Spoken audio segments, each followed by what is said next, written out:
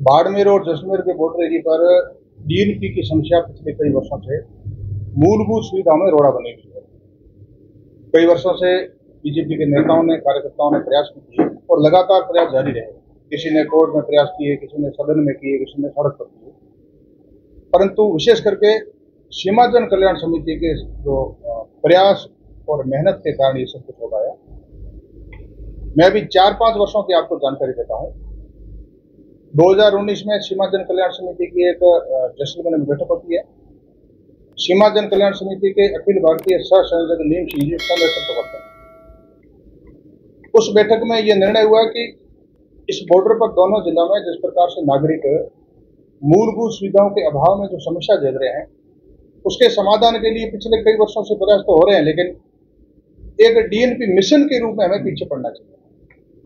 बैठक करके और ये तय हुआ कि हम लिखित में पत्र भी भेजेंगे, दिल्ली भी जाएंगे, जयपुर भी जाएंगे, दोनों सरकारों के संबंधित जनप्रतिनिधियों और नेताओं से, मंत्रियों से चर्चा करके इसके निवारण के लिए प्रयास करेंगे।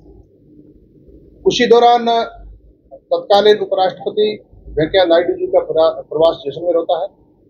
वहां सीमा जन कल्याण समिति के सभी कार्यकर्ता आदरणीय नीम सिंह जी के नेतृत्व में उनसे मिलते हैं, घंटा भर वार्ता होती है और पिछले समय में जो अखबारों में कटिंग या पिछले समय में जो पत्राचार चला है, पिछले समय में जो कोर्ट में कार्रवाइयां चली है, सबसे अवगत कराते हैं। आदरणीय उपराष्ट्रपति जी ने उनको दिल्ली आने का कहा। उसके ठीक बाद में बीएसएफ का स्थापना दिवस था जैसलमेर में और गृह मंत्री माननीय अमित शाह जी बता रहे। केंद्रीय मंत्री गजेंद्र सिंह जी शेखावत ने उनकी बैठक कराई और लगभग 2 घंटे तक बैठक चली। एक एक चीज से अवगत कराया गया। डीएनपी चूंकि वन्य जीव संरक्षण के लिए जमीन आरक्षित है, परंतु उसके कारण वहां नागरिकों को मूलभूत सुविधाओं से वंचित रहना पड़ता है, उसका निवारण कैसे हो, ये उनसे चर्चा हुई। तो माननीय अमित शाह जी ने भी यही कहा कि आप सारे डॉक्यूमेंट्स लेकर के दिल्ली आए। उसके ठीक बाद में कैलाश जी से चर्चा होती है। केंद्रीय राज्य मंत्री उस समय थे। फिर कैलाश जी ने और केंद्रीय मंत्री गजेंद्र सिंह जी ने सीमा जन कल्याण समिति वाले के कार्यकर्ताओं कहा कि आप दोनों जिलों का डेलीगेशन लेकर दिल्ली आ जाइए।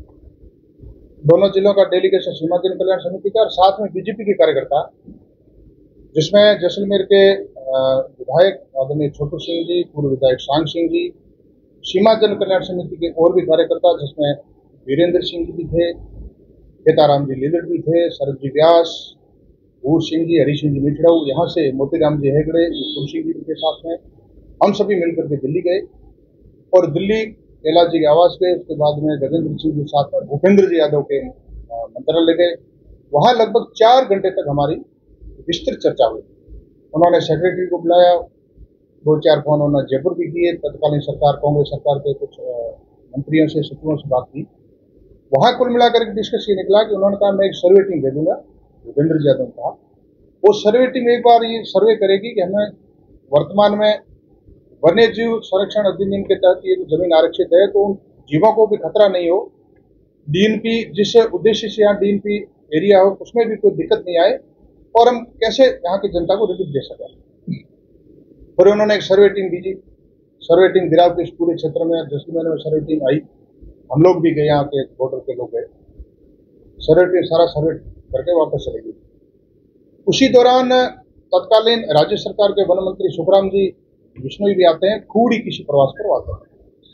तो सीमा जन कल्याण समिति के कार्यकर्ताओं ने वहां जाकर के उनसे चर्चा की तो उन्होंने यही कह दिया कि मोदी जी भी खपले तो भी होना नहीं है, हो नहीं पाएगा, ऐसे करके उन्होंने ऐसा कड़वा उत्तर दिया। सीमा जन के कार्यकर्ताओं ने नारे भी लगाए, घेराव भी किया और बाद में कैलाश जी, गजेंद्र सिंह जी से बात हुई तो वापस सीमा जन के कार्यकर्ता दिल्ली भी गए। उसके बाद में यह बीजेपी की सरकार आई 2023 में। फिर 2024 में माननीय भजनलाल जी राजस्थान के मुख्यमंत्री, उनसे जैसलमेर प्रवास के दौरान चर्चा हुई। मैं भी वहीं था जैसलमेर सर्किट हाउस में और बाद में जयपुर में भी मुलाकात हुई, सीमा जन के कार्यकर्ताओं से मुलाकात हुई। एक उसमें ये दिक्कत आ रही थी कि जो वन्य संस्थान देहरादून की सर्वे कंपनी है उनके लिए बजट की कमी थी। तो गजेंद्र सिंह जी ने, ये अंतर्राष्ट्रीय योग दिवस था और समूह प्रवास पर आए हुए थे, उन्होंने एनएचआई के अधिकारियों को बुला करके और सर्वे कंपनी को एनएचआई के द्वारा बजट जारी करवाया। सर्वे हो गया, सारा काम हो गया। ये सब कुछ होने के बाद में अब शुद्ध रूप से सीमा जन कल्याण समिति के अथक प्रयासों उसके प्रेरणा से केंद्र सरकार ने यह एनओसी दी है। ये हम सबके लिए खुशी का विषय है। आप सबको जो इन 10-15 वर्षों में जो प्रयत्न हुए और विशेष करके 5 सालों में जो प्रयत्न हुए, उन प्रयत्नों से आपको रूबरू करवाना था, अवगत करवाना, इसलिए आपके प्रत्यक्ष आज